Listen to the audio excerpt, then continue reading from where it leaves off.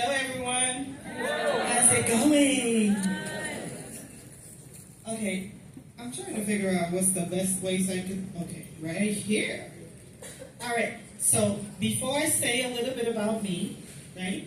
How many of us have a mom, a dad, an older uncle? Keep the hands up. The point is for us to see how much we actually have in common when it comes to this topic, right? We saw Colette did the skit earlier. I'm Carlene Cadet Francois. I am a mom of 3. I am an ex-BSO sergeant. I know you guys met my boss earlier today. Ex though. I left. I got into real estate. And because of real estate, I was able to retire early. Today, I serve in the senior care industry. And I host conferences. I do a lot.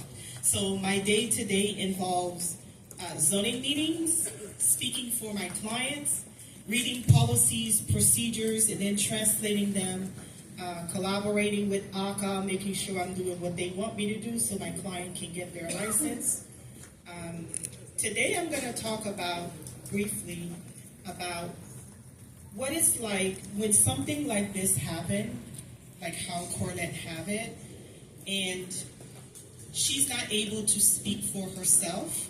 What are some things we can do so that when dementia kicks in, and it's one of the things that I hate, dementia, because I've had the first-hand experience seeing my resident and their families dealing with that. And the person is not able to speak for themselves. We know that a lot of us, especially depending on what your culture is, you don't want to challenge your elders, right? When they say, I don't want to talk about it, you tend to find a way to leave it alone. Today, I'm going to cover 5 points. I want to go over what you can do right now if you have an elderly person in your life. Oftentimes, what we know, the information you will gain today, you're not going to use it firsthand for yourself. You're going to end up using it when a friend, a family member, you become a resource with that knowledge that you gain, and you don't end up using that information for yourself. We know, coming from having managed an assisted living myself, so a little bit I managed, and now I'm in the consulting world.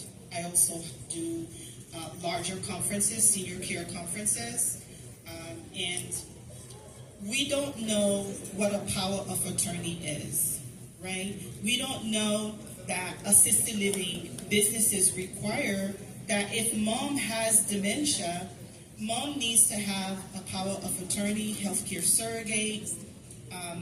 We need to have conversations around what's going to happen with the house, what's going to happen with the car. Okay, so it's me and my sibling. Who's in charge of what? And if we are both the power of attorneys, how do we agree on the hard stuff that needs to be done, right? So have these conversations very early on. That's coming from the care aspect. Now, assisted living itself is a business, right? And coming from the fact that Florida is the #1 state for senior care, I'm going to go over a couple of stats that I have for you. Over 10,000 people turn 65 every single day. By 2030, 1 in 5 Americans will be 65 plus. 70% of people over age 65 will need some form of long-term care. So that involves assisted living. Typically, if you're looking at what it looks like versus when you would need assisted living, it starts like this. Mom need help. I, the caregiver, I'm not able to provide that level of help because I happen to be a mom, I have a job. Most caregivers end up with health issues or their issues get worse. And then God forbid mom falls. Now mom needs a lot of help. And so knowing what to do with when mom needs help is going to save you a lot more issues. And then knowing also what the resources you need to have before mom needs help is going to save you a lot of stress as well. So the business side of the assisted living is owning and operating your own assisted living. Now, if you were to have your own assisted living, whether you are involved actively, this is your business, you operate it, or joint venture, this is your business, you provide some type of funding, and now you have a partner who manages the business, who is in the day-to-day, or passively, whether you're involved in it to stocks. There are different ways of getting into the business. But the whole point is, Florida happens to be the #1 state for senior care, and we have a large population of seniors that need services because they are of age and they have age-related issues. And then beyond that, you have another sector of people who enter assisted living because they have mental health-related issues.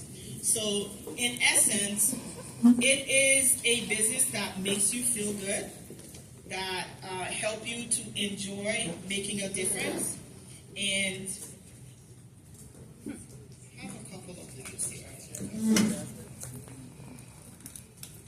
And when you know how to joint venture, get into the business, and where you want to stand in it, you really get a chance to make a difference. Am I resonating with anyone? Yes. Any questions so far? Anybody want to know how do you get in, really? Okay. So how do you get in? Zoning play a major factor in where you get to stay for your senior care business. For example, if you go the residential route, it looks something like this. You find a building that is zoned for assisted living, and you go through the process of applying for the zoning. Once the zoning approved is completed, that's when you purchase the business.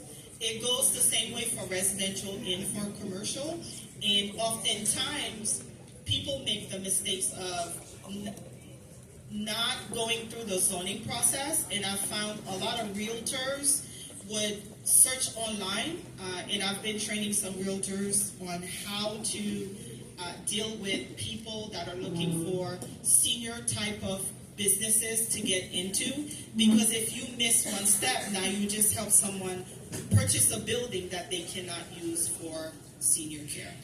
So that would be the first step. The second step is to hire someone like me to do your paperwork.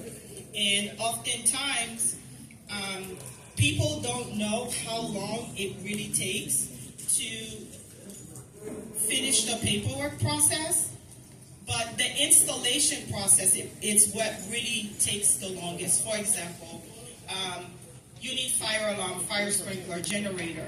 Whether you